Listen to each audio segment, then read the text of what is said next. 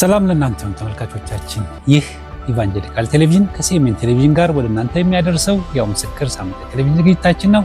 ይህ ዝግጅታችን እንግዲህ የህይወት ዘመን ምስክርነቶችን ወደ እናንተ እያደረሰ ይገኛል። ያው የሆኑ ጌታ በተለያየ ነገር ውስጥ ያሳለፋቸው ሰዎች የህይወት ዘመን ተሞክሯቸውን መጥተው እየነገሩን ይገኛሉ። በዚህ ፕሮግራማችን በምሰጡን አስተያየት ሁሉ በጣም እያበረታታን ተጨማሪም እንድንሰራ እያደረገን ነው። ሁላችሁም እናመሰግናለን። ወዳችሁና ፈቅዳችሁ ስለምትከታተሉ እናመሰግናለን። በዓለም ዙሪያ የምትገኙ ኢትዮጵያውያንና ኤርትራውያን በሲኤምኤን ቲቪ ዩቲዩብ አድራሻ ይሄ መልእክት እየደረሳችሁ ይገኛል። እንደዚሁም ደግሞ በኢትዮጵያና በአፍሪካ አካባቢ የምትገኙ በኢቫንጀሊካል ቴሌቪዥን በአየር ላይ እየደረሳችሁ ይገኛልና ዛሬ ደግሞ በአዲስ እንግዳ ወደ እናንተ መጥቻለሁ። የዛሬ እንግዳይ እርግጥ አዲስ አይደለም።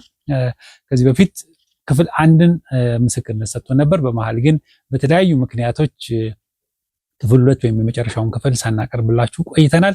ዛሬ ግን እንደገና መልሰን ተገናኝተናል። ወንድማችን ፓስተር ሰቦቃ አጃለታ በመካከላችን ይገኛል። ፓስተር ሰቦቃ እንደገና መልሰን ስለመጣ በጣም እናመሰግናለን። እኔም አመሰግናለሁ። በጣም አመሰግናቸዋለሁ። ተባረኩ። አሜን አሜን። እንግዲህ ያው ባለፈው ምስክርነትን ስትጨርስ በተለይ አንተ አማርኛ ተናግረህ አታውቅም። አማርኛ የሚባል ተምረህም ተናግረህም አታውቅም። ግን እግዚአብሔር ወደ ጎጃም ልከሃለሁ ብሎ እንደላከ እና መድረክ ላይ ስትወጣ ግን ማንም ሳያስተምርህ በጣም በሚገርም ሁኔታ በአማርኛ ሰብከህ ሰዎች እንደተገረሙ የነገርከን ነበር ያቆምከውና እዛ ላይ ነው ያቆምነው። ግን ከዛ በፊት እሱ ምስክርነት ከተላለፈው በኋላ ሰዎች መቼም ደውለውልሃል ብዬ አስባለሁ። ስለ እሱ ንገረንና ወደ ምስክርነቱ። አሁን በጣም እየደወሉልኝ ነው እና ከዛ በፊት አሁንም በድጋሜ በጣም አመሰግናቸዋለሁ። የሚዲያውንም ባለሙያዎች አመሰግናቸዋለሁ። ያው ወንድም ተስፋ አንተ እንዳልከው እየደወሉልኝ ነው ከውስጥም ከውጭም በጣም ተገርሞ እኔ ደውላለሁ ብዬ የማልጠብቃቸው ሰዎች ደውለው እያደነቁ ነው። እንዴት እንደዚህ ሊሆን ቻለ? በፍጹም አማርኛ አታውቅም ነበር ወይ ብሎ የጠየቁኛሉ። እና እንግዲህ እኔ በዚህ ፊት በሚዲያ ላይ ውሸት መናገር ትክክልም አይደለም ጥሩም አይደለም እና ስመሰክርላቸው ነበር በስልክም ማለት ነው። እኔ ያው እንደምሰማ ባለፈው ተናግሬዋለሁ፣ ግን መናገር እንደማልችል ያው መስማትም ከልምድ ነው እንጂ ብዙ ትምህርት በትምህርትም ብዙ አልሄድኩም። እና እዛ ጋር ሲደርስ ግን ያው ባለፈው እንደተናገርኩት በጣም ከነሱ ጋር መውራት መጫወት አልቻልኩም። መድረክ ላይ ሲወጣ ግን 1 ሰዓት ከ5 ደቂቃ አገልግሎቴም ያለምንም ኦሮምኛ ተናጋሪ መሆኔን ራሱ እስከ መርሳት ድረስ ጨርሼ ወጣው። ከዛ ባለፈው እንዳልኩ ፓስተር ለወዮ ይዞኝ ወጣና አፌን በምንድን ነው የፈታ አለ እና እኔ አፌን በኦሮምኛ ነው አልኩት። ያው እሰማለሁ እና አመንክም አላመንክም አፌን በኦሮምኛ የፈታ አትመስልም ብሎ አማርኛዬን አድንቆ ነበር። ከዛ በኋላ ግን ተመልሶ አልመጣም። እንደገና ወደ ነበርኩበት ተመለሰ። እንግዲህ የእግዚአብሔር ስራ በጣም ድንቅ ነው። ሰውነታችን የፈጠረ እግዚአብሔር ነው፣ አእምሯችን የፈጠረ እግዚአብሔር ነውና በጣም ደስ ይላል። እንግዲህ ከዛ በኋላ ምን ሆነ? ያው የቀረውን ምስክርነት ደግሞ ዛሬ እንድትነግረን መድረኩ ላንተ ሰጥቻለሁ። ነገር እግዚአብሔር ይመስገን። እንግዲህ ብዙ ምስክርኖች ከዛ በኋላ ያሉ ናቸው። ከዛ በኋላ ያው እንድቀመጥ ያው ተወያይቶ ወሰኑ። እዛው ቻግኒ ከተማ እንድቆይ ማለት ነው። እዚሁ እኛም ከጌታ ሰምተናል እንደምትመጣ። ስለዚህ አሁን ቋንቋይ ጉዳይ የለንም፣ ተልኬ ስለመጣ በእግዚአብሔር ምሪት ስለመጣ ቤት ተከራይተ ቁጭ በል ብሎ ተቀበሉኝ። ከተቀበሉኝ በኋላ ያው ፓስተር ለወዮ ለ1 ወር አካባቢውን እስኪለምድ ድረስ እኔ ጋር ይቆይ ብሎ ራሱ ጋር ቤቱ አስቀመጠኝ። ከዛ በኋላ ቤት ተከራዩልኝ። እዛው ሆኜ አገልግሎት ጀመርኩኝ። አገልግሎት ስጀምር ከዛ ከቻግኒ 160 አካባቢ ላይ ወንበራ ወረዳ የሚባል አለ። ወደዛ ላኩኝ። እዛ ኦሮሞ ተናጋሪዎችም አሉ፣ ኦሮምኛ ተናጋሪ። እዛም አገልግሎት ጀመርኩኝ። እዛ ምድር ያልደረስኩበት ቦታ የለም በወንጌል። ጉሙዞችም አሉ፣ በተለይ ጉሙዝ፣ ሽናሻ፣ አገው፣ አማርኛ ተናጋሪ፣ ኦሮምኛ ተናጋሪ ናቸው። የተቀላቀለ ቋንቋ ነው ያለ። በዛ ውስጥ እንግዲህ ጌታ እንደላከኝ ያው መልእክቱም ትክክል ነው። ከጌታ የተቀበልኩት መልእክትም በጣም ትክክል ነበረ። የሚያስከፍለኝን ዋጋ እየከፈልኩ ያኔ እንግዲህ እንደ ዛሬ ገንዘብ አምጣ ደሞዝ አነሰኝ፣ የሚበላ ነገር አጣው፣ ትራንስፖርት የሚባል ነገር የለም። እሺ ምንድነው ያውን ለምሳሌ አሁን ምንም ገንዘብ ሳይኖር ሄድ ታገለግላለህ፣ እዛም የሚሰጠው የለም።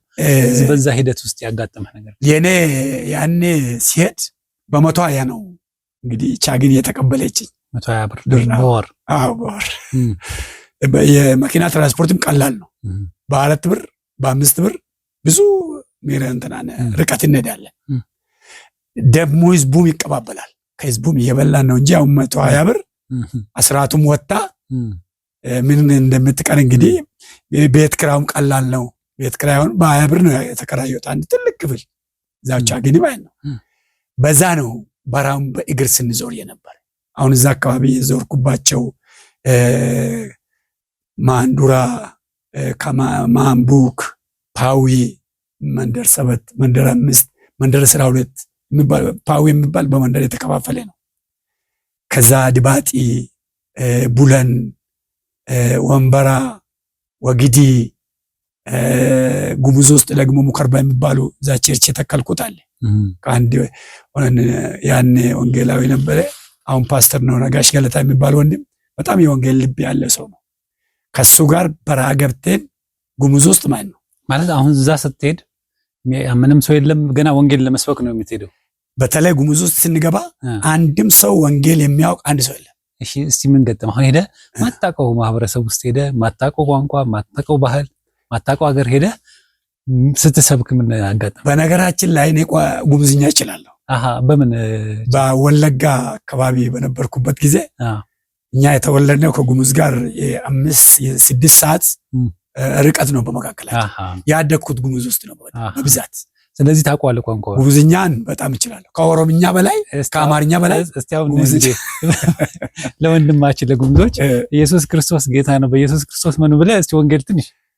እንግዲህ ያው የሚሰሙኝ ጉሙዞች የሚሰሙኝ ካለ ያባ የጋሽ ለማይ ማለት እንዴት ናችሁ ሰላም ናችሁ? ያባ ጋሽ ለማይ አቻ ዲጉሙዚያ አላ ፓስተር ሶቦቃይ ያባ ጌታ ኢየሱስ ይጅግማ ያባ አቻ ይዳሉ አንጋባሊቻ ጉንዛሊቻ ኤባሊቻ አያይ ያቻ ያባ አቻ አላ ገሽለማ አላ ዱራባ ገሽለማ ያባ አቻ ገሽለማይ ይዲጉሙዚያ ባባ ቡቡቁማ አሜን አሜን። እኔ ሰላም ነኝ። እንዴት ናችሁ እናንተ ልጆቻችሁ፣ አካባቢያችሁ? ጌታ ራባ ያባ ራባ ማለት እንዴት ነው ጌታ በእናንተ ማለት። ስለዚህ አሁን ሄደህ ያንን ስትነግራቸው ምንም እንትን አላሉ፣ ተቀበሉኝ።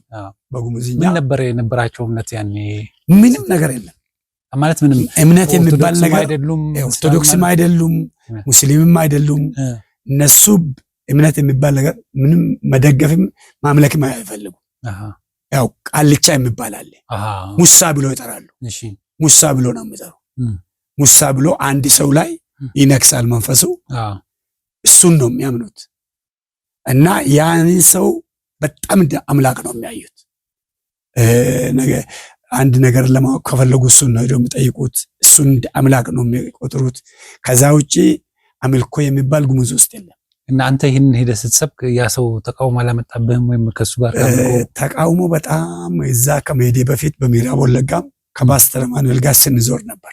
ወንጌልን ያዳረስነው በምዕራብ ወለጋ በተለይ ያው ውሸት አይሆንም 1-3-4 ወረዳ ወንጌል ያዳረስነው እኔና ፓስተር ማኑኤል እና ሁለታችን ገብቴ ወንጌል መመስከር።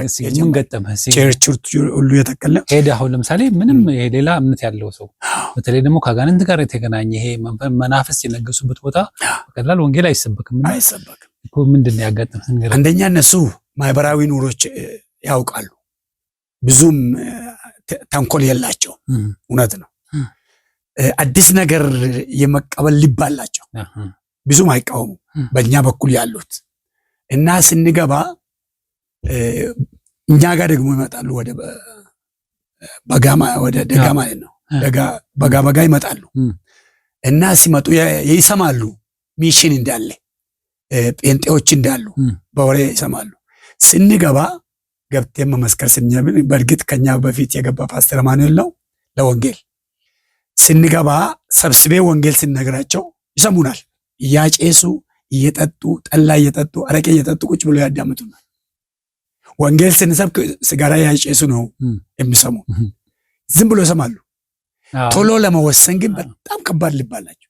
ቶሎ አይወስን። ልምዱም ስላለህ አንተ አልተቸገርክም። ያባጨሱ አንተም ያለፍክበት ስለሆነ ፓስተር ማኑኤል ጉብዝኛ አያውቅም። ያው ሲሰማ ይስቃል። እኔ ጉብዝኛ እችላለሁ። አብረን ገባን። ተንኮል ያስባሉ በወንጌል ላይ ለምን እንደዚህ አይነት እምነት ትናገራለህ? የአዲስ እምነት ነው ብሎ ከኛ አካባቢም ከደጋም የሚሰሙት ነገር አለ። ይሄ አሮጌ እምነት ነው፣ እንትና አዲስ እምነት ነው፣ በገንዘብ የመጣ እምነት ነው፣ በስንዴ የመጣ እምነት ነው ተብሎ ከደጋ የሚወራ እዛ ደርሰዋል። ይሄን ለመሸሽ ብዙ ጥረት አድርጓል። ግን ገብተን ሰብስበን ስንመሰክርላቸው ዝም ብሎ ይሰሙናል። እና እዛ ያጋጠመን ብዙ ነገር ቢሆን አሁን ፓስተር ማኑኤል ባለፈው ሞዓ ላይ መስክሯል። እስከ ሞትም የደረስንበት ጊዜ አለ። 2 ወይ 3 እኮ ነገርና እሱን ለምሳሌ አንድ ቀን ከፓስተር ማኑኤል ጋር ትልቅ በረሃ ውስጥ ስንሄድ አንድ ቃልቻ ቅድም ያልኩት ቃልቻ ያለበት ጉሙዝ ከምስቱ ጋር ጫካ ውስጥ አገኘ። ብቻውን እሱ መንገድ እየሄደ እኛም 2 ሆነን ይሄድ። ከዛ በኋላ ፓስተር ማኑኤል ባባ አለው። ባባ ማለት በእነሱ አባቴ ማለት እንደማለት እና ጌታ መመስከር ጀመረ። ከዛ በኋላ በጣም በቋንቋቸው ጌታ ሰደበ። ከዛ በኋላ ፓስተር ማኑኤል ላይ እርምጃ ለመውሰድ ለመግደል ማለት ነው። ያው በጣም ተበሳጭቷል። በጣም ተናዶ ስለሆነ በቃ መጀመሪያ በፓስተር ማኑኤል ላይ እርምጃ ለመውሰድ ጥረት ሲያደርግ ፓስተር ማኑኤል ቆይ ይሄ ሰውዬ ጌታን እየሰደበ ነው፣ ደግሞ መጥፎ እርምጃ ውስጥ እየገባ ነው፣ ቆይ እስቲ ተረጋጋ አልኩ። ፓስተር በቃ ተሟሙቆ እየተናገረ ነው። ከዛ በኋላ ሚስቱ ምን ትላለች? ልጆቼ ትላለች ኦሮምኛም ይችላሉ። እሱ አምላክ በራሱ ላይ ስላለ ተውት፣ አትናገሩት። በኦሮምኛ ዋቂ መታሳረ ጅራ ዋቀቱ መታሳረ ጅራ አምላክ በራሱ ላይ አለ ማለት ተው አለች። ከዛ በኋላ እሷ በመካከላችን ገባች። በጣም ምስቶቻቸውን ደግሞ ይሰማሉ። አሁን ከዚህ ተርፌናል። በጣም ከባድ የሚባሉ አንድ የአባውላኒ ልጆች ሰፈር ይባላል ጉሙዝ ውስጥ። እዛ መሃል ኦሮሞ ማለፍ አይችልም። በቃ ቀይ የሆነ ማለፍ በጣም ከባድ ያኔ ወንጌል መመስከር ቀርቶ ከዛ በኋላ እዛ ውስጥ ገብተን ወንጌል ከተናገር እነሱ አይለቁን ትተን እንዳናልፍ በጣም በወንጌል ተቀጣጥለናል። እዛ ደርሰን ምን እናደርግ አልኩት ፓስተር ማኑኤል፣ አሁን ወንጌል ከመሰከርን ይገሉናል። ስለዚህ ቅጠል ቆርጠን በዛ ቅጠል ላይ ጸልየን እዛ ከተማ ውስጥ ጥለን እናልፋለን ብለን ሰፈር ነው ጥለን አለፍን። እዛ እሱን ጥለን አልፈን ወደ ከተማ አገሎሜጥ የምትባል ከተማ ለመሄድ ስንል መንገድ ስንጀምር ፖሊሶች ናቸው መንገድ ላይ ያገኙ። እኔ ጫማ የለኝ ብያለሁ ባለፈው። ያኔም ጫማ ባዶ እግርህን ከስክስ አንድ ፖሊስ ከስክስ ተውሼ ሄድኩኝ። ከዛ በኋላ ከስክስ አዩ። ይሄን ሁሉ ስታደርግ አሁንም ባዶ እግርህን ነበር? ባዶ እግሬን ያው 3 እስከ 4 ዓመት ባዶ እግሬን። ከዛ በኋላ በጉምዝኛ ምላል ሸዋባኔ ፉንጫ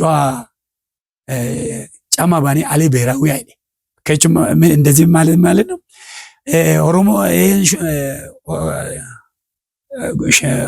እንትና ሰው ይሄን ቀይ ሰው እንስራው ያደረገው ጫማ የወታደር ወይ ደግሞ የብሔራዊ ነው አለ።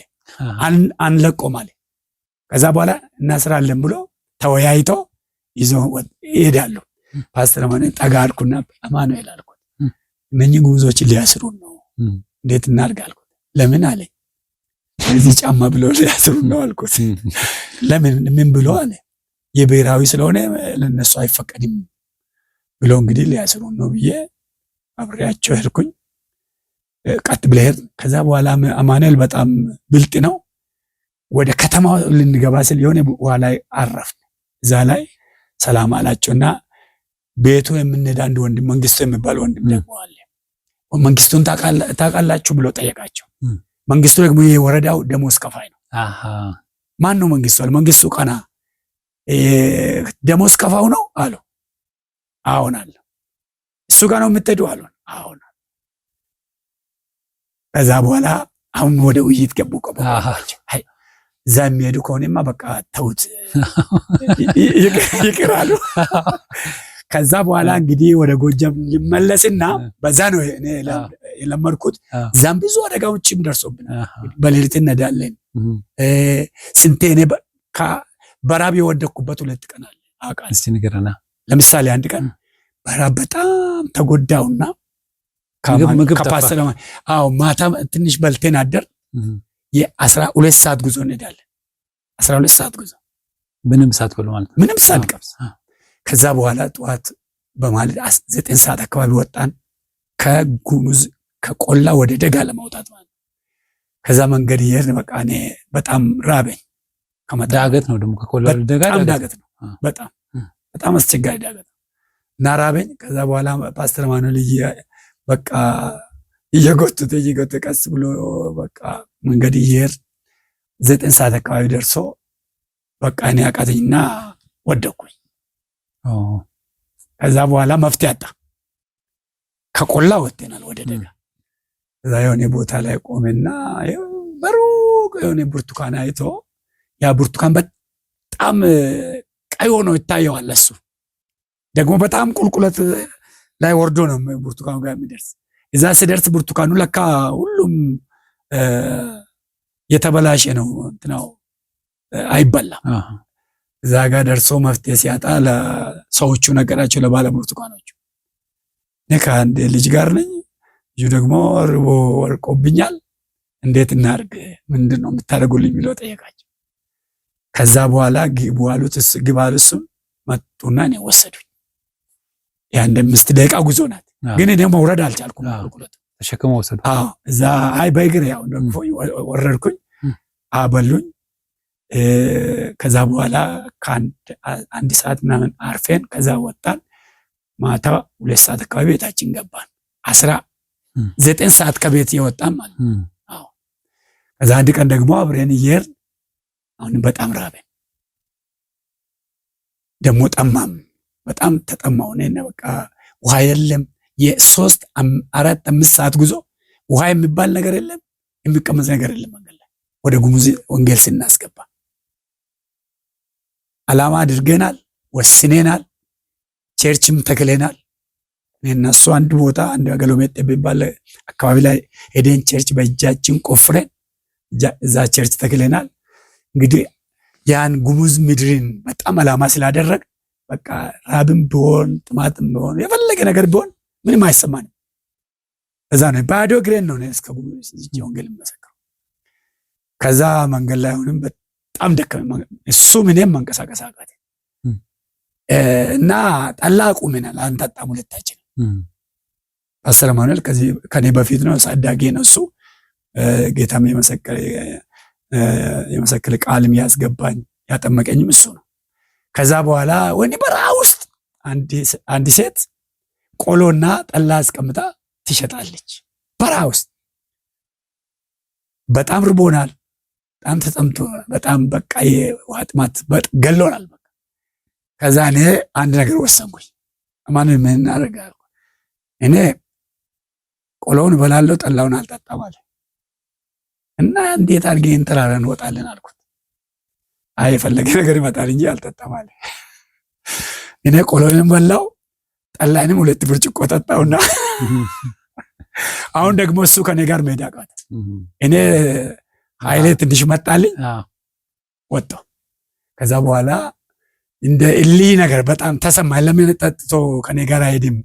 ነገ ንስሐ እንገባለን የማለት እንትና ነበረኝ። እሱ ግን አልጠጣም አለ። 1 ሰዓት ምናምን ጥዬ ሄድኩኝና የሆነ ቦታ ላይ ቁጭ ብዬ ጠበቅኩኝ። ከዛ በኋላ ወደ ኦሮሞ ያሉበት አካባቢ ደረስ። ይሄ ሁሉ አጋጥሞናል እዛ ምድር በነበር እቺ እንግዲህ ከዛ በላይ ብዙ እንትን አለ 5 ዓመት ስለሆነ ከዛ በኋላ እኔ እንግዲህ ኦሮሞ ጉሙዝኛ ስለሚችል ወደዛ ስንሄድ እዛ ያጋጠመኝ ምንም ጉሙዝ የሌሉበት ቦታ ስንሄድ ያሉበት ቦታ ምንም እምነት የሚባል ነገር የሌለበት ቦታ ስንገባ ከነጋሽ ፓስተር ነጋሽ ነው የሚባለው አሁን እስከዛሬ ጥሩ ፓስተር ነው። በጣም የጌታ ቤት ሸክም ያለ ሰው ነው። ገባን። ገንፎ ነው የሚበለው። ያለ ገንፎ ምንም ነገር የለም። ጠዋት ይጋገራል። ጠዋት ተጋግሮ አሁን ደግሞ ማታ ነው እንጂ ቀን ላይ ምግብ የሚባል ነገር እዛ አይታሰብም። ከተገኘ ቡና ነው ቀን ላይ እና እዛ ገባን። እዛ ስንገባ ወጥ የለም ለኛ። እነሱ ብዙ ነገሮች ወጥ አድርጎ ይጠቀማሉ። የፈለገው ነገር ወጥ አድርጎ የመጠቀም እንትን አላቸው። ከጫካም የሚበሉት ቅጠላ ቅጠሎች ወጥ የሚሆኑ አሉ። እኛ እኔ እዚህም አንድ የተለመድኩት ነገሮች አሉ። አሁንም የሚበላ ነገር አለ እነሱ የሚበሉት። እኔም ፓስተር ማንነን የምንጠቀማለን። ያው የሚያስቅ ነገር ነው እንጂ ትንሽ እዚህ ላይ ማለት እሱ ቢሆን ይበላለሁ። ቀንቀሴ የሚባል አለ፣ ሰዶ የሚባል አለ። እሱን እንበላለን። ምንድነው? ያው አበላሉ ትንሽ ይከብዳል። ከምን ነው የሚሰራው? የሆነ የገብስ ፍሬ ይመስላል። እሱ ተፈጭቶ ነው የሚሰራ። ግን ትንሽ አበላሉ ላይ ትንሽ ያው ያስፈራል ሲታይ። እዚህ ላይ አለ ገንፎ ነው የሚመስለው። ገንፎ ሳይወጡ ወጡ። ኦኬ ገንፎ ነው። አዎ አይ ቆይ እንደዚህ አይን እየነከርክ ነው የምትብላው። አዎ እስቲ ስነካል እስቲ እንደ ላስቲክ ይሳባል። ለጠጣ የናይጄሪያዎች ምግብ ይመስላል። ናይጄሪያዎች ይሄኛውን ለምደናል እዚህ በምዕራብ ወለጋ። እዛ ደግሞ ለኛ ይሄ ራሱ አይሰጡም። እኔ 2 ወር ነው እዛ የተቀመጥኩት። 2 ወር ሲቀመጥ አንድ ቀን እያገለገልኩ ያለው ጠበኛ፣ ሁላቸውም ጠበኛ አላቸው። የተወሰኑ ናቸው ጠበኛ የሌላቸው። ጠበኛቸውን ቁጭ አድርጎ ነው የሚሰሙ። እየጠጡ እያጨሱ ጠላ እየጠጡ አረቄ እየጠጡ። አንድ ቀን እዚህ ነው የተናገርኩት። አንዱ አስተርጓሚ ሁሌም ያስተረጉምልኝ ሰክሮ ነው የሚመጣ። ኦኬ አዎ ሰክሮ መጣል ይዤ ነው የምተረጉምልኝ እንዳይወርቅ እየተንገዳገደ። ኦኬ እና አንዱ አቁም እስቲ አለኝ። አንተ ሰውዬ እስቲ ይሄን ንግግርን አቁምልኝ እስቲ አንድ ጥያቄ አለኝ አለ። ከፓስተር ነጋሽ ጋር ነው አሁን አንተ የምትለውን እኛ ወሬ ሰምተናል አለ። ቦርዴና አረቄ ይከለክላል አሉ። እኛ በጣም እናርሳለን፣ ይላለን፣ ቦቤ የሚባል አለ፣ በቆሎም አለ፣ በጣም ያርሳል። እሱን በቦርዴና በአረቄ ካልተጠቀም ምንም የምናደርገው ነገር የለም። እሱን የሚከለክል ከሆነ እዛው አቁምልኝ አለ። ጠበንጃ ይዟል፣ አስቆሞኛል። እየሰበኩ ነው። እዛ በኋላ እሱንም በጉሙዝኛ ቋንቋ እንትና ዝማሬ ሲዘምር ነው የተሰበሰቡልኝ። እችላለሁ ጉሙዝኛ 1 2 3 ያኔ እችላለሁ። እሱን ሲዘምርላቸው ነው ሁሉም ተሰብስበው ቁጭ መጣ። ወደ 110 ጉሙዝ ምንም ጌታ የሌለው ጌታን መጥቶ ተሰብስበው ቁጭ አለ። ያኔ ነው ስብከት የጀመርኩኝ አልኳቸው። አሁን እኔ ጠላ ማቆሞል አልኩ፣ አረቄ ማቆሞል አልኩ። ስለሱም እየተናገርኩ አይደለም፣ ስለ ኢየሱስ ነው እየነገርኳቸው ያለው ብዬ ስነግረው ማን ነው እሱ ደጋ ነው ያለ ያለኝ። ይሄ በጌታ ቤት ነው ይሄ ኢየሱስ የምትለው ሰውዬ እናንተ ጋር ደጋ ነው ያለው፣ ገና ነው የሚመጣ አለኝ። እሱ ከልቡ ነው፣ የእውነቱን ነው። አዎ የእውነቱን ነው። አይደለም ቆይ እንደዚህም አይደለም። እኔ ይህን መጽሐፍ ሲያነብ ዝም ብላችሁ አዳምጦች፣ ቀስ በቀስ ይገባቸዋል። አረቄውንም ጠጡ፣ ጠላውንም ቀጥሉ፣ ችግር የለውም፣ ግን ዝም ብላችሁ አዳምጡ አልኳቸው። ከዛ በኋላ አንድ ጊዜ እጄ 2 ወር ቆየ። ፓስተር ለውየው ነው ላከኝ አንዱ። ሁለተኛ እጄ አሁንም 1 ወር ቁጭ አልኩኝ። አሁን እዛ ትልቅ ቸርች ተከፍቷል። የት ነው ቦታው ማለት? ሙከርባ ነው የምትባል በወንበራ ወረዳ ጉሙዝ ክልል ውስጥ ማለት ነው። አዎ ጉሙዝ ውስጥ ቤኒሻንጉል ውስጥ ማለት ነው። ቤኒሻንጉል ውስጥ በወንበራ በመተከል ዙሪያ ማለት ነው። እና አሁን ትልልቅ ጀት ተከፍቶ ነቢያት ወጥተው ወንጌላውያን ፓስተሮች ወጥተዋል ከዛች ቦታ እግዚአብሔር ይመስገን። እና ይሄንን ሁሉ አገልግያለሁ እንግዲህ በዛ ምድር። ይሄን ያደረኩት ለ3 ዓመት ሙሉ ነው። 3 ዓመት እስከ አሁን ማንኩሽ ወረዳ የሚባል ጉባ ወረዳ ማንኩሽ የሚባል ከተማ አለች። አሁን እየተገደበ ያለው ግድቡ ያለበት እዛ በራይም ሰምቼ ሄድኩት። አንዱ እዛ ነው። እዛም ነበርኩኝ። እዛም ወንጌል ስመሰክር ነበር። በራይ ነው አይተሄድከው? አዎ በራይ እኮ ነው አይቼ ሄድኩኝ። ባለፈው ተናገርኩት።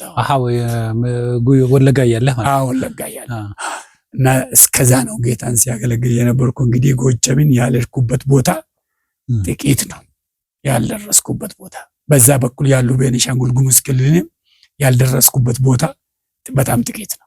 አሁን እነዚህ አሁን እንግዲህ ቤተክርስቲያን የተከልክባቸው ቦታዎች ከነሱ ጋር አሁን ትገናኛላችሁ? በጣም ነው የምገናኘው። በአመት አንዴ ወይ 2 ትሄዳለህ። በጣም ኮንፈረንስ እዛ ላይ አዘጋጃለሁ። በራሴ ስፖንሰር እየፈለኩ እነሱን አላስቸግራቸውም ብዬ አሁን ወግዲ ላይ ወግዲ የምትባል የገጠር ቀበሌ አለች። እዛ ላይ ትልቅ ዋጋ ከፍያለሁ። ከዛ ከጉሙዞቹ ጋር ይቀራረባለሁ። ያኔ እኔ ሲሄድ ቸርቹ ጥሩ እንትና አልነበረም። እንደውም ሙሉ በሙሉ አንድ ጥቢያ ፈርሳ ነበረች። መጀመሪያ እንደውም እነ ፓስተር ለወዮ ላኩኝ ወደዛ ነው። የሆነ ጥቢያ በቃ አቃቴ ፈርሳለች። አሁን ፓስተር ለወዮ የሚልክ ወደ ቻግኒ ላይ ወደ ዋናው ቢሮ ሳይመጣ በፊት ማለት ነው። ዋና ቢሮማ ትናንት እኮ ነው። ኦኬ በፊት እኮ የ92 3 4 እየተናገርኩ ነው። እና ያኔ ያቺ አጥቢያ ቤተክርስቲያን ፈርሳ ነበረች ወግዲ። ያው እነሱ ያውቃሉ፣ የሚዲያ የሚከታተሉ ያኔ የነበሩ ሰዎች ያውቃሉ። እና ለዛ ነው የላኩኝ። እና እኔ 1 ወር እዛ ቁጭ ብዬ እዛ ወግዲ ላይ ዋጋ ከፍዬ ያ ቤተክርስቲያን እንዲደራጅ ተደርጎ በዛ በኩል ነው ወደ ጉሙዞችም የሄድኩኝ። እና ለ3 ዓመት እዛ ቁጭ ብዬ ነው ያገለገልኩኝ።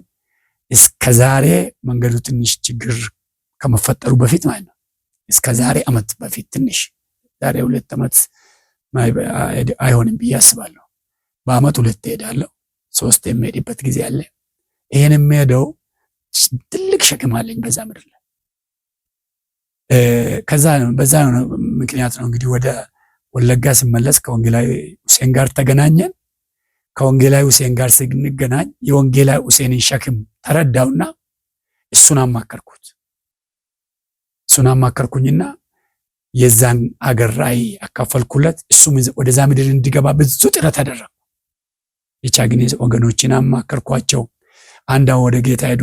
ጋሼ ጠቃ የሚባሉ ባህር ዳር ውስጥ ትልቅ የወንጌል ሸክም ያላቸው የመንግስት ሰራተኛ ነበሩ። ጡረታ ወጥተው ወደ ጌታ ሄደዋል። ወንጌላዊ ሁሴንና እርሳቸው ተዋወቁ። ከዛ በኋላ ከወንጌላዊ ሁሴን ጋር ብዙ ዳሰናል። እንግዲህ በዛ ምድር በጣም ጥሩ። እንግዲህ የእሱን ደግሞ ተከተልልናለህ። የረፍት ሰዓታችን ደርሷል። ለማንኛውም ከረፍት በኋላ ደግሞ እንዴት ወደ አዲስ አበባ እንደመጣ ከዛ በኋላ ያለውን ነገር ሁሉ ትነግረናለህ። ተመልካቾቻችን የተከታተላችሁ የምትገኙት በኢቫንጀሊካል ቴሌቪዥን በአየር ላይ የሚተላለፍላችሁ እንደውም በሲኤምኤን ቴሌቪዥን የዩቲዩብ አድራሻ በዓለም ዙሪያ የሚተላለፈውን ሕያው ምስክር ነው። ረፍት ላይ ደርሰናል። ከረፍት በኋላ እንመለሳለን። ባላችሁ ቀጥሉ። ይህ ሕያው ምስክር ነው።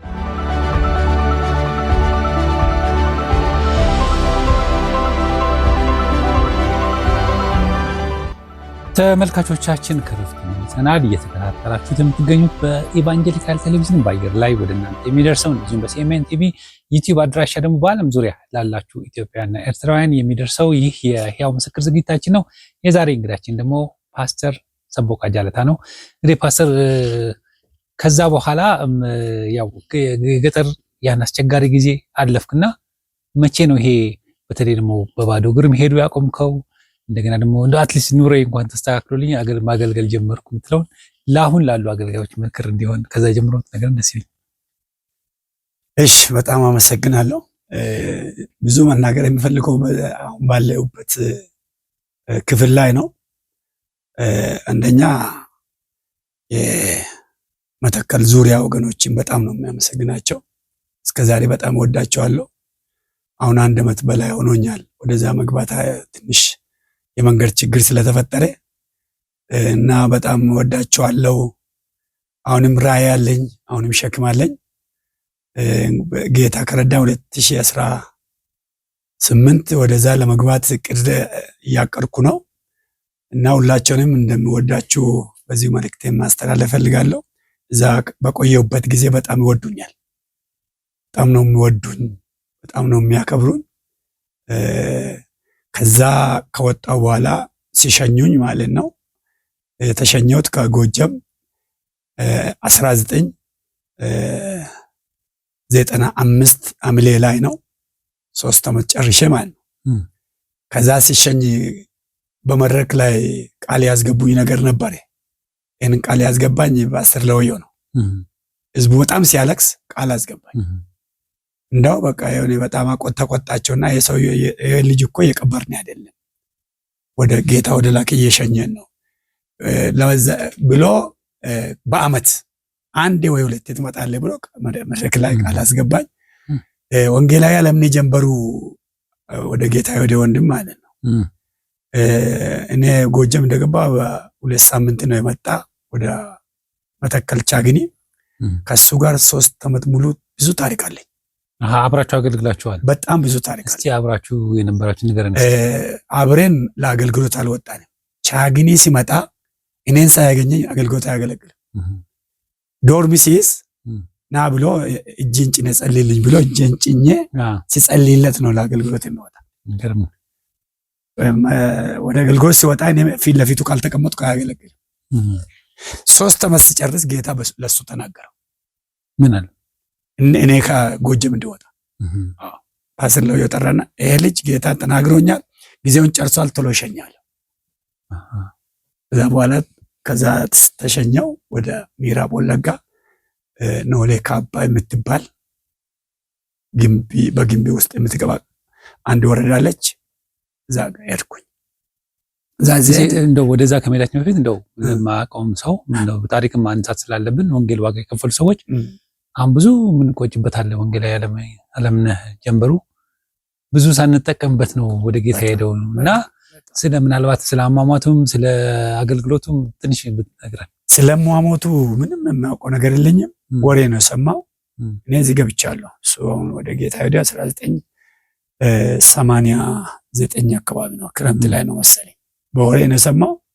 ከዛ በፊት ነው ፓስተር ለወዮ ምስክር ነው እንዴት እንደሚወደኝ እሱ ማለት ነው። እና እኔ ጌታንም በጣም ጌታን አለ የተባለውን እውነተኛን አገልግሎት ያን ያየሁት በሱ ነው እኮ። ከአገልግሎቶቹ አንዱን እንደው ለታሪክም እንዲቀመጥ እኛ ጋር ሲመጣ ማለት ነው ለምሳሌ የመንፈስ ቅዱስ ሙላት፣ ፈውስ፣ መልእክት ተነግሮ መፈጸም ያየሁት በሱ ነው። አንዱ ካየኋቸው ከመጀመሪያ ላይ ካየኋቸው አገልጋዮች እኔ ያየሁት ወደ ጎጀም ወደ ቻግኒ ሲገባ የተለየ ነገር ነው የሆነብኝ። ተማሪ ሰው ነው፣ ትልቅ ሰው ነው። የሃይስኩል አስተማሪ፣ እንግሊዝኛ አስተማሪ እንደነበረ መስክሮልናል። ግን አሁን የሄድኩባቸውን በረሃዎች እሱ በእግሩ ሄዷል። በተለይ አንድ ጊዜ ከዘማሪያውን ፓስተር ነው አስፋው መለሴ ጋር እስከ በረሃው አሁን የሚበሉ የገጠር ምግቦች ሁሉ በልቷል። ወንጌላዊ አለምነህ ሲሄድ በዛ ምድር ላይ አንዱ የመተከል ዙሪያ የአገልግሎት የአገልጋዮች ታሪክ የተለወጠ በሱ ነው። ቤተክርስቲያን ራሱ በአገልጋዮች ላይ ያለችውን አመለካከት ሁሉ የተቀየረ በሱ ነው። በዛ ምድር ላይ በጣም ይናገራል ጌታ፣ በጣም አብሮ ይገለጣል። እና እኔ በሱ ትልቅ የእግዚአብሔር ክብር አይቼዋለሁ።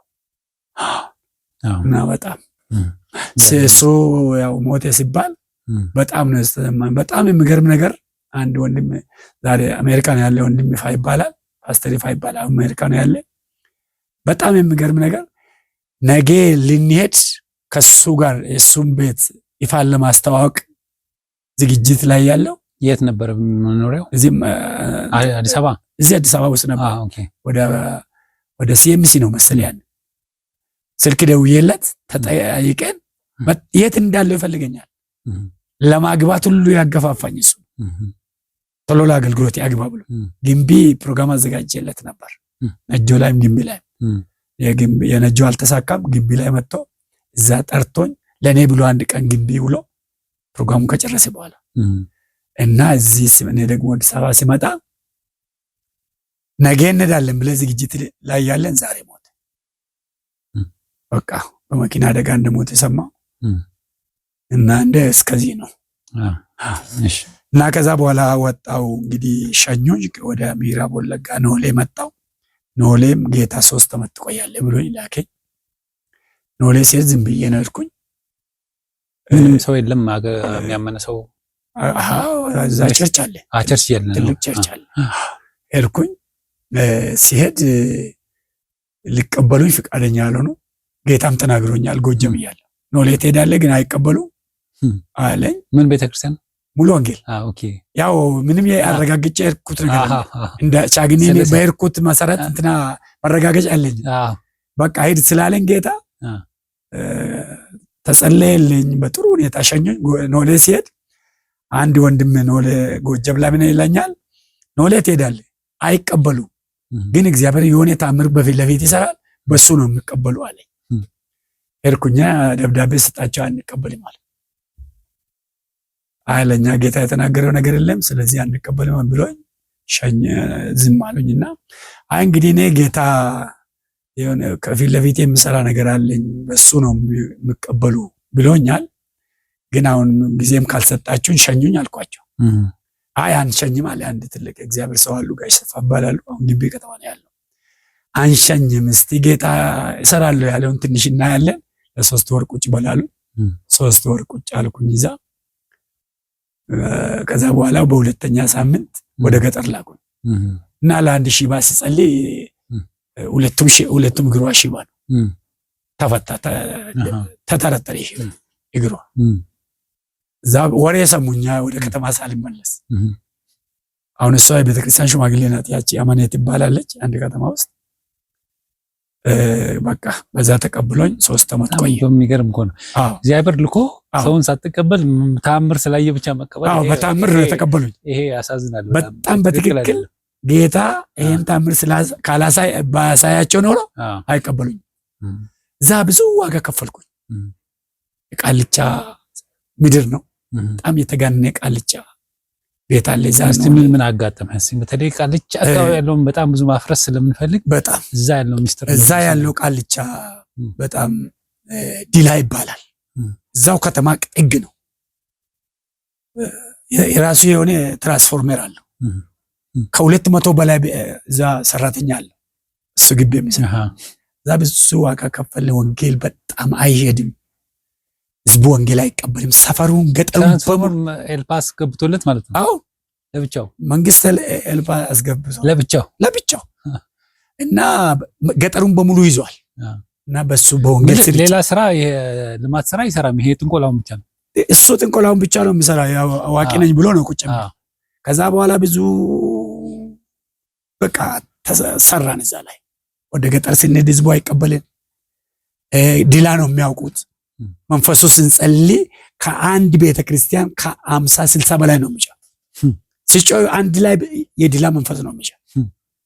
ገጠሩ ላይ ወንጌል ስንመሰክር አይቀበሉንም። እንግዲህ ጌታ ረድቶኝ እኔ በወንጌል ስርጭት ላይ በጣም የሰራው ጌታ ረድቶኝ ማለት ነው።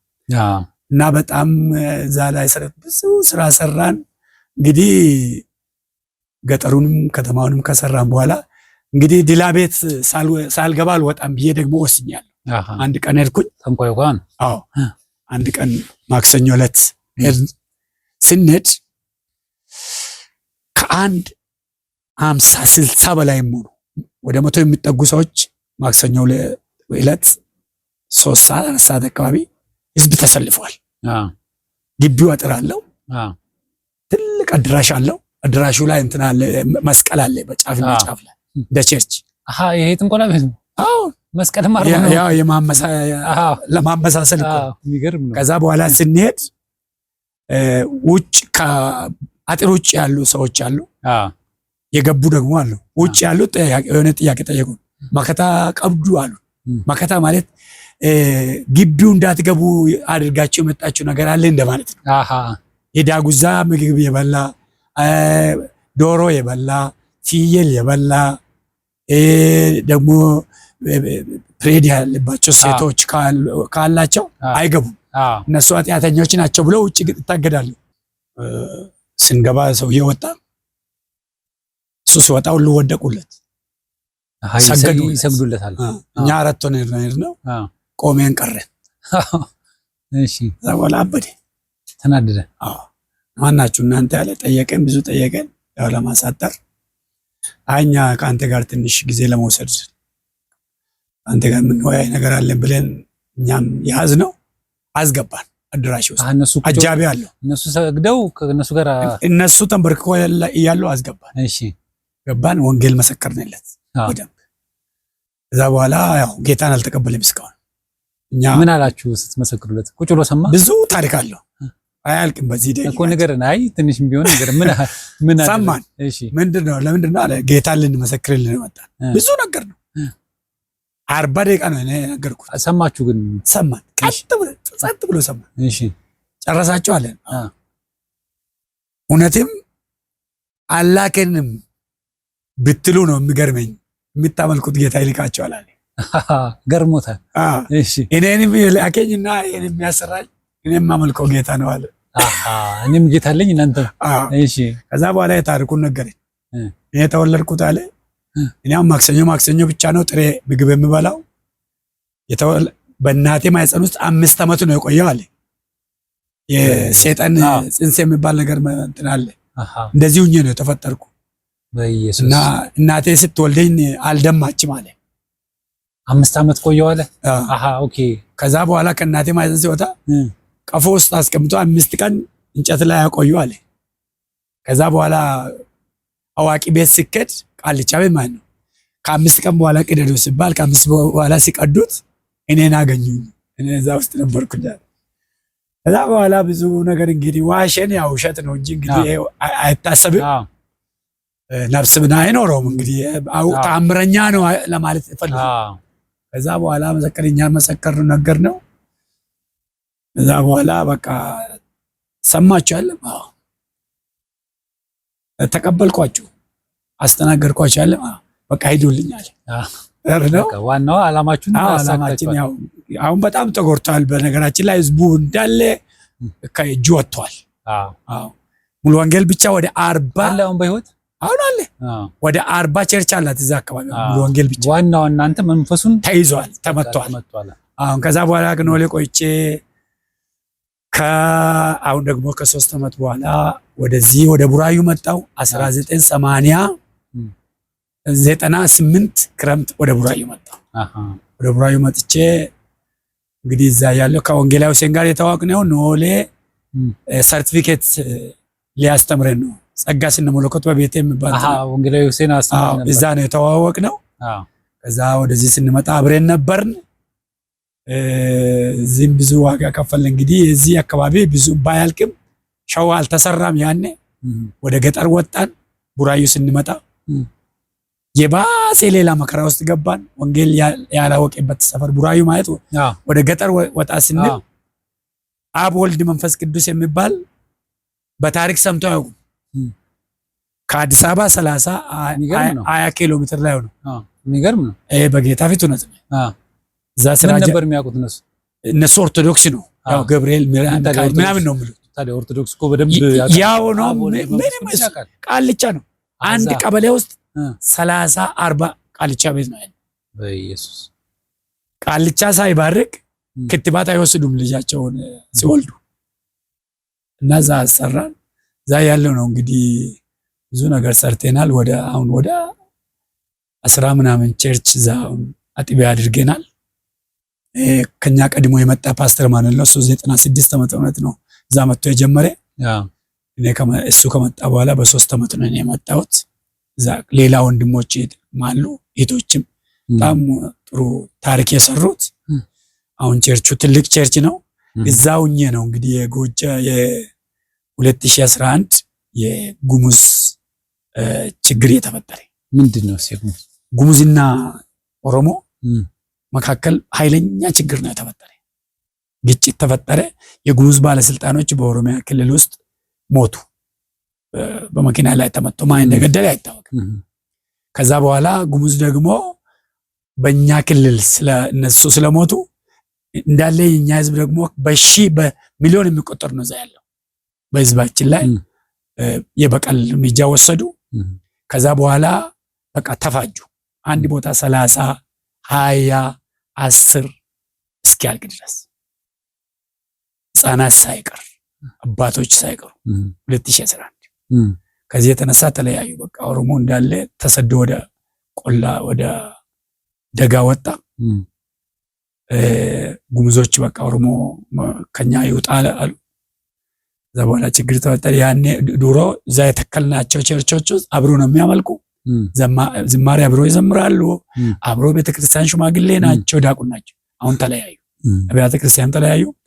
የኦሮሞና ጉሙዝ አምልኮንም ለየብቻ አደረጉ። የቀሩት ከተማ ውስጥ በጸጥታ በመከላከያ ሲገቡ እዛ የቀሩ አሉ። በቃ አብሮ ማምለክ አቃታቸው። ከዛ በኋላ ጌታ 2012 እኔ ራእይ ሰጠኝ። ራእይ ሲሰጠኝ አካፈልኩላቸው። ለወንጌላዊ ሁሴን ለፓስተር አማኑኤል አካፈልኩላቸው። ጌታ ራእይ ሰጥቶኛል፣ ገብተን እናስታርቃቸዋለን አልኩት። ከዛ በኋላ ደገፉኝ። ያው ወንጌላዊ ሁሴን ሁሌም ከኔ ጋር ነው። ፓስተር አማኑኤልም ሁሉም ደገፉ። ብዙ ወገኖች ነበሩ ከኔ ጋር የወረዱ። ከበሎ የሚባል ለቀምት አካባቢ ነው እስከ ስርባ አበያ የሚባለው ደግሞ አሶሳ አካባቢ ነው። 5 ወረዳ ውስጥ በቃ ማስታረቅ ጀመረ። አሄዳችሁ? አዎ። ለክልሉ ዞን አስተዳደር ስልክ ደወልኩለት። ክርስቲያን ወንድም ነው፣ ታሪኩ ኩመራ ይባላል። እሱ ግባ አለኝ። እኔ በፈለኩት እሱም ጉሙዝ ነው፣ በፈለኩት በጎኔ ቆማለሁ፣ ግባ አለኝ። እግዚአብሔር ይባርክ። ከዛ በኋላ ከማሺ ላይ ጀመር። እንግዲህ በቪዲዮ አለ። በጣም በጣም በጣም የማይጠበቅ ነገር ነው። አልጠበቁም። ምን ሆነ? መጀመሪያ ላይ ስንጀምር እኔ አንድ ጌታ የሰጠኝ ራእይ አለ። እኔ መጀመሪያ ሲገባ እኔ መጀመሪያ ጥያቄ ይቅርታ መጠየቅ አለብኝ፣ ከኔ ጋር የሄዱም ይቅርታ መጠየቅ አለባቸው ብዬ ከማሺ ላይ ጀመርኩ። ሲጀምር እንደዚህ አልታሰብም፣ እንደዚህ ይሆናል ብሎ አላሰቡ። እንዳለ መንግስት ሰራተኛ መጣ። ከዛ በኋላ እኔ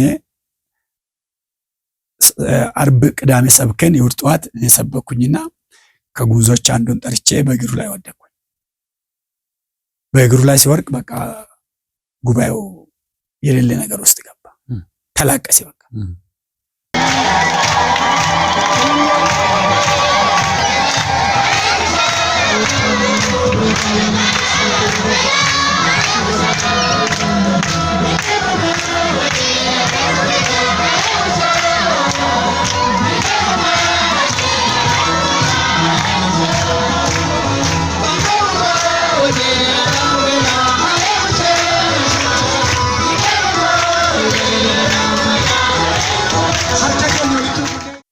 በፊት ተራርቆ ነው የሚቀመጡ። ተጠርቷል፣ ለእርቅ ነው የተጠሩ። የመንግስት ሰራተኞች መጥተዋል። ከዛ በኋላ ጌታዬን ሲያሰፋልኝ ወንጌላዊ ሁሴንን ይዤ ጀመርኩ። ፓስተር አማኑኤልና ቄስ ተሾመ የሚባል ናይሮቢ ነው ያለ ጀመር። ስንገባ ሌላ ራእይ ያመጣልን ጌታ። ወይ እግር እንድትታጠቡ ወይ ደግሞ አሁን ከህፃናት ሞተዋል፣ ከሴቶች አንድ ቦታ በለው ላይ ምን ሆነ መሰለ፣ አንድ ቦታ ሄዶ 30 ሰው አንድ ቤት ውስጥ አገኙት። ከዛ በኋላ ልጅን ያረደች፣ ሴት ልጅ ያረደች፣ ወንድ ልጅ ያረደች፣ ሽማግሌ ነው ያረደች፣ አሮጊት ነው ያረደች። 30 ሰው ነው አንድ ቤት ውስጥ ያለው። ከዚህ የተነሳ በቃ ኦሮሞና ጉሙዝ የሚባል ተለያየ። እዛ ገባን ከወንጌላዊ ሰይኑና አንድ ፓስተር ታሪኩ እኛ ቸርች ነው ያለ፣ ከነሱ ጋር ይሄን ጠራናቸው። ከዛ በኋላ ስብከት ጀምረን የውር ጠዋት ወጣልን ሁሉ። ዛም ወረዳ አስተዳዳሩ ክርስቲያን ነው፣ እሱም ወጣልን። ሰውም እንዲወጣ አደረገ። አናውንስ ተደረገ ሁሉም ቦታ። ከዛ በኋላ ሲወጡ እንደዛው መድረክ ላይ አሰለምናቸው። መድረክ ላይ አሰልፈን ሴት ልጅ እና የኦሮሞ ሴት ልጅ፣ የጉሙዝ ሴት ልጅ፣ የኦሮሞ ወንድ ልጅ፣ የጉሙዝ ወንድ ልጅ አድርገን መድረክ ላይ ድርድር ነው። ከዛ በኋላ ኦሮሞና ጉሙዝ አብሮ እንዲቆሙ አንዳንድ እንዲያያዙ አደረገ። እዛ ላይ ጀመርና ኃይለኛ እርቅ እንግዲህ። ከዛ በኋላ እዛ ስናደርግ አሁን እዚህ ላይ አለ ተላቀሱ። መንግስት የማይችል ለመንግስት የማይመጣ ራይ ነው እንግዲህ። መቼም ራይ እንግዲህ ባለ ራይ ነው የሚመጣ። የዞን አስተዳዳሪው የፈለገ ነገር ቢመጣ ይሄን ማድረግ አንችልም አለ በአፉ። ይሄ ጉን ቢያ ከኛ ረት ደንገለያ ኤውባን ይግኒ ኩን አከከና ቦደ ለወ ከኛ ራከው ነምፈላ ከብደለር ከገሰነ ከተቆረ ተግስ ካና ወዳ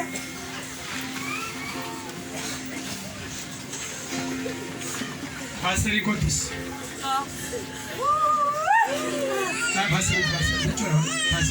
ፓስተር በቂ ስለሎ ሙከራ እዛ በኋላ ህዝቡ ተላቀሰ። ሁለት ወረዳ አስታረቅ። ያሶ የሚባል ቦታ አይደል እዛ ላይ አሁንም የዞን አስተዳደሩ ራሱ በራሱ መኪና ይዞ ሄደ። አጃቢ ይዞ ከኛ ጋር እዛ ያኔ ወንጌላዊ ሁሴን ከኛ ጋር አለ። የቡራዩ አብያተ ክርስቲያናት ህብረት ነው ወጪውን የቻለችን እዛም እንደዚሁ አደረግ። እግር እንዲተጣጠቡ አድርገ ሁሉም ቪዲዮ አለ። ከዛ በኋላ አገሎሜጥ የሚባል ቦታ አይደል ከአገሎሜጥ ስርባባያር አምስቱንም ወረዳ አብያተ ክርስቲያናት አንድ ላይ ተመልሰው እንዲያገለግሉ እንዲያመልኩ አደረግ። ጌታ ረዳና በአሶሳ ወጣ። እግዚአብሔር ይባርካችሁ። ይሄ ለኢትዮጵያ ምድር ሁሉ የሚያስፈልግ ነገር ነው። በጣም ማለት ግፍ መፈጸም ጥሩ አይደለም። ከተፈጸመ በኋላ ደግሞ መቼም እግዚአብሔር እርቅን ይወዳል። ይሄ ትልቅ ስራ የእግዚአብሔርን ትልቅ ስራ ነው የሰራችሁት። መጨረሻ በቀረችን ሰዓት እንግዲህ ሳልናገረው ያለፍኩት ነገር አለ የምትለው ነገር ካለ እሱን እንግዲህ መጨረሻ ላይ አንደኛ በጣም ነው የማመሰግናችሁ። ተባረኩልን። ያው እንግዲህ ከወንጌላዊ ሁሴን ጋር አንድ ቀን ቁጭ ብለን ጎን ለጎን ሆነን ብንወያይ ጥሩ ነው። ራዕይ አለን ወደ ጎጀምም ወደ ወለጋም ራዕይ አለን። በተለይ ከወንጌላዊ ሁሴን ጋር ወንጌላዊ ሁሴን አሁን ትልቅ ራዕይ ይዞ በወለጋ ላይ ተነስተዋል። ብዙ ዋጋ ከፍለናል። በዚህ አደጋ ውስጥ የሞት አደጋ ያጋጠመብን ጊዜም ነበረ። በጎጀም ላይ ከወንጌላዊ ሁሴን ጋር ተመተናል። ጌታ ነው ያተረፈን። አሁንም ይሄም እያለ ራዕይ ስላለን ወገኖች የኔ የሚሰሙ ወገኖች ከጎናችን ቆሞ እኛ የከተማ ጥማት የለንም። ወደ ጎጀምም ወደ ወለጋም በተለይ 2018 ሰፊ ራዕይ ስላለን በጸሎትም በተለያየ ነገር ከቻሉ በገንዘባቸው ከጎናችን ቆሞ ወደዛ ምድር ብልኩን እና በጣም ተጠምቶ የጌታን ነገር ፈልጎ ሰው ያጡ አገልጋይ ራቃቸው። አሁን እውነቱን ከተናገርን ብዙ አገልጋዮች ገጠር አይፈልጉም። አዎ ደግሞ እንግዲህ አሁን በጣም የተበላሸበት ዘመን ውስጥ ስላለን ጥሩ ትራንስፖርት ካላገኙ አይሄዱም። እኛ የወሰንነው በራሳችን ወጪ የርንበትና አሁን እስካሁን እየርን ነው። ሰው ከረዳን ይርዳን፣ ካልሆነ ብለን የወሰን በራሳችን ደሞዝ ላይ ወስነን ከወንጌላዊ ሁሴን ጋር እየሰራን ነው እና በዚህ ላይም ከጎናችን ብቆሙና ከኛ ጋር ጌታን ቢያገለግሉ ደስ ይለናል። ሁለተኛ ደግሞ ለዚህን ሚዲያ ለሚሰሙት አገልጋዮች ወደ ገጠር ፊታቸውን ቢያዞሩ ገጠር ላይ ያለውን የአማኞችን ችግር ሄደው ቢያዩ ጥሩ ነው። ከተማ ብዙ ህዝብ አላት፣ ብዙ አገልጋይ አላት፣ ትልልቅ አገልጋዮች አላት። በዚህ አጋጣሚ እንግዲህ ምናልባት ይሄ እኔ ነኝ የምናገረውና የባንክ ምናልባት መርዳት አለባቸው። ወንጌልን ነው የሚረዱት፣ አንተን አይደለም። አንተንም ቢረዱ ደግሞ ወንጌል አገልጋይ ነህ እና የባንክ አካውንት ምክንያቱም ወደኛ መምጣት የለበትም፣ አንተ ጋር ነው ማለቅ ያለበት። ስለዚህ አካውንትን በቃል ታውቀዋለህ? አላውቀውም። እሺ ትነግረኝ። በቃል አላውቀው። እሺ ትነግረኝና ያው እዚህ ስክሪን ላይ እንጽፍላችኋለን። በዛ ባካችሁ ለወንጌል አገልግሎት እንደዚህ ዋጋ ለከፈለ ሰው በባዶ እግሩ እየተራበ እየተጠማ ያገለገለ አገልጋይ ነው። እንግዲህ የሚቻላችሁን ከዓለም ዙሪያ ያላችሁ ክርስቲያኖች በቀጥታ እሱ እንድትረዱት ነው ለማሳሰብ ነው። ጥሩ ነው እንግዲህ ጌታ ክብሩን ይውሰድ። አሜን። የተዘጋጀ ነው ለወንጌል ነው። በተለይ ወንጌላዊ ሁሴን ምዕራብ ላይ ያሳውቋል። ከትናንት ሁሉ ስንናገር ነበር። ይህንን የምንጠይቀው ወንጌል እስከ ገጠር ቤቶች እየፈረሰባቸው ሰዎች አሉ። እዚህ ላይ አለ ፎቶ አንስተን እሱን ሁሉ እንድንሰራ ነው። አዎ እግዚአብሔር ይባርካቸው። በተለይ ባለፈው ለወንጌላዊ ሁሴን አቅርቤው ብዙ የረዱ ሰዎች አሉ። ወንድምና እህቶች ከአሜሪካ ባልና ሚስቶች የሚረዱ አሉና እግዚአብሔር ይባርካቸው። አሁንም ወንጌላዊ ሰቦቃን አቅርበናል። እሱንም አግዙት። ለማንኛውም ወንጌላዊ ማነው ያው የወንጌላዊ ስራ ነው የሰራው ፓስተር ነው ስም ያው ፓስተር ሰቦቃ ጀለታ እዚህ ድረስ መጥተህ ምስክርነት ስለሰጠህን በጣም እናመሰግናለን። እግዚአብሔር ይባርክ። አሜን አሜን። ተባረኩ። በጣም ነው የማመሰግናችሁ። ተባረኩልኝ። አሜን አሜን አሜን። ተመልካቾቻችን በኢቫንጀሊካል ቴሌቪዥን ባየር ላይ የምትከታተሉን እንደዚሁም ደግሞ በሲኤምኤን ቲቪ የዩቲዩብ አድራሻችን ባለም ላይ ሆናችሁ የምትከታተሉን ይህን ፕሮግራም ሁላችሁንም እግዚአብሔር ይባርካችሁ። የሚቀጥለው ሳምንት ደግሞ በአዲስ እንግዳ ወደ እናንተ እመጣለሁ። እስከዛው ድረስ እግዚአብሔር ከሁላችን ጋር ይሁን። መልካም ሳምንት። ይህ ሕያው